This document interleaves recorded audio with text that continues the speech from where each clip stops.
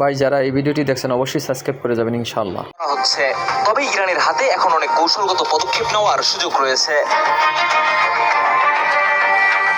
Hormuz প্রণালীর মতো আরেকটি গুরুত্বপূর্ণ সমুদ্রপথও শিগগিরই সংঘাতের কেন্দ্রবিন্দুতে পরিণত হতে পারে বলে আরও ইঙ্গিত দেন ইরানের ওই কর্মকর্তা।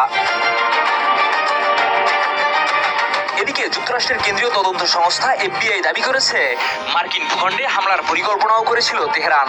ABC নিউজের খবরে বলা হয়, ক্যালিফোর্নিয়ার বিভিন্ন পুলিশ বিভাগকে সতর্ক করে জানানো হয়েছে যুক্তরাষ্ট্রের উপকূলের বাইরে অবস্থান নেওয়া অজ্ঞাত জাহাজ থেকে ড্রোন হামলার পরিকল্পনা ছিল ইরানের। লেবানন-ভিত্তিক সশস্ত্র শহরে সাইরেন বাজতে থাকে।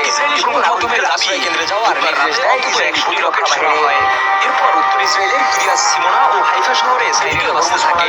এবার নাগরিকদের আশ্রয় কেন্দ্রে যাওয়ার নির্দেশ দেয় ইসরায়েলি প্রতিরক্ষা বাহিনী। বিমানবন্দরের দিকে যাচ্ছিল বলে জানিয়েছে ভারতের পররাষ্ট্র মন্ত্রণালয়। এদিকে হরমুজ প্রণালী বলছে চলমান সংঘাতে বাণিজ্যিক জাহাজকে লক্ষ্যবস্তু বানানো বাণিজ্যজনক এবং এই ধরনের হামলার তীব্র নিন্দা জানায় ভারত।